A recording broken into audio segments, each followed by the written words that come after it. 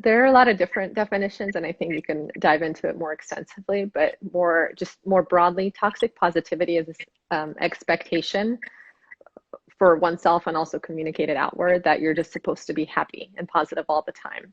Um, and it can have a lot of detrimental effects. Typically, when you send these messages out there, right, and you're pretending to be like you're positive or happy all the time, and then everyone else who's a real human being is seeing this information being projected out into the world, and they start to think that something is wrong with them, which in our field is called emotional dissonance, right? It's like cognitive dissonance, but really focused on the emotional side. So what that means is that if myself as an individual, I'm feeling something, and then I observe in the external world, and to me, I perceive that other people are feeling something else. I then go back to my original feeling and believe that something is wrong. So there's some like disconnect between what I'm actually feeling versus how I think I should be feeling. And so I see this a lot also in the professional world with a lot of the high achieving professionals I work with and attorneys that I work with.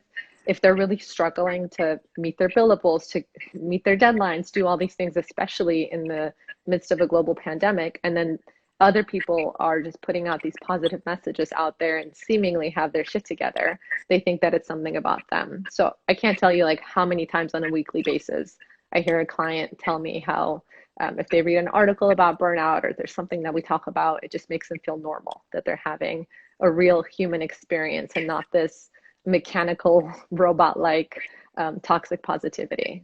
Hmm. I think there's a lot of overlap with perfectionism too. So I love that you mentioned expectation and comparison.